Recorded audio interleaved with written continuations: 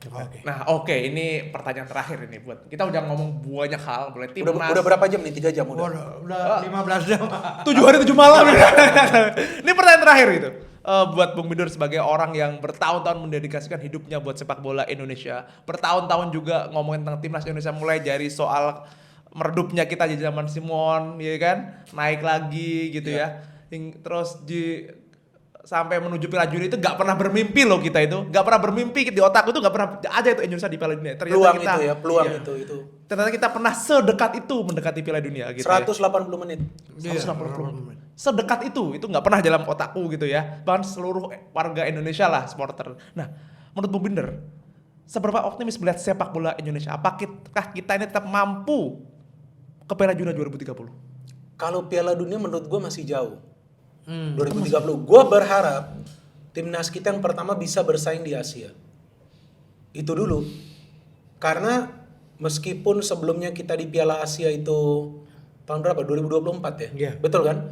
Kita lolos, tapi kita kan cuma menang sekali itu lawan Vietnam. Ya itu masih tim yang sangat muda kan, pada saat itu kita punya tim yang muda. Pada saat itu. Yang belum ada banyak pemain yang sekarang berada di dalam skuad. Jadi gue ingin agar sekarang nanti kita bermain di Piala Asia, fokus itu dulu deh, 2027 deh. Kalau kita sudah bisa bersaing di Asia, otomatis peluang kita untuk ke Piala Dunia jauh lebih besar. Untuk nanti 2030. Karena kita harus fokus yang paling dekat dulu nih.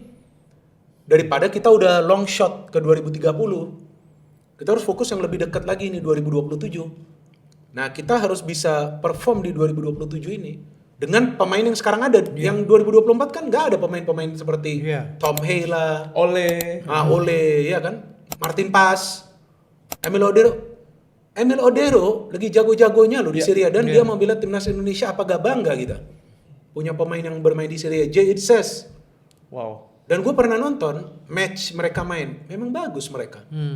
Memang ini pemain-pemain bagus. Jadi kita beruntung punya pemain keturunan di Belanda. Yang kasihan kan Malaysia ya. Ya udahlah, kita jangan bahas Malaysia lah. Ampun Malaysia, syukurin.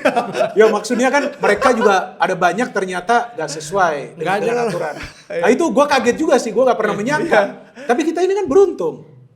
Jadi gue seperti dulu gue mengatakan ya ada pemain keturunan gak masalah asalkan dia memang ingin membela timnas Indonesia.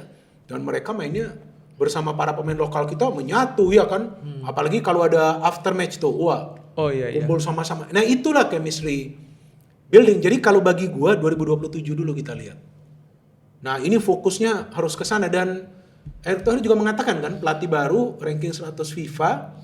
Terus Piala Asia 2027 lolos fase grup, betul ya? Iya. Baru kemudian Piala Dunia 2030. Jadi step by step kan. Nah gue lebih fokusnya di level Asia dulu ini.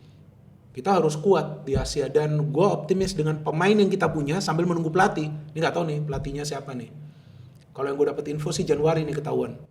Dari Eropa. Feeling aja. Oke. Bukan info. Feeling bukan info ya. Ini bukan A1 ya kayak kawan kita. Enggak, kalau ya. info gue biasa dari luar angkasa. Weh, ini ya teman-teman Beda ada ya? info luar angkasa Januari Eropa ya. Iya. Coba. Bukan info. Kalau Eropa feeling. Oke, feeling. Tapi kalau Desember siapa yang datang nih? Oh, jangan deh. Gua udah trauma 25 Siapa? Desember. Oh enggak lah, 25 Desember kita libur kan. Libur aja libur. Kagak usah ada wawancara. Dan ada hari Natal juga. Betul. Kita hormati Natal lah ya, jangan ada wawancara ya, Bung. Ya, yang penting sekarang ke depan kita harapkan yang terbaik. Iya, betul. Ya kan itu dulu. Ya kalau 2027 kita bisa lolos fase grup, bisa sampai perempat final, oh udah jago artinya timnas kita kan. Dan ini FIFA Matchday manfaatin juga kalau bisa main away juga kita.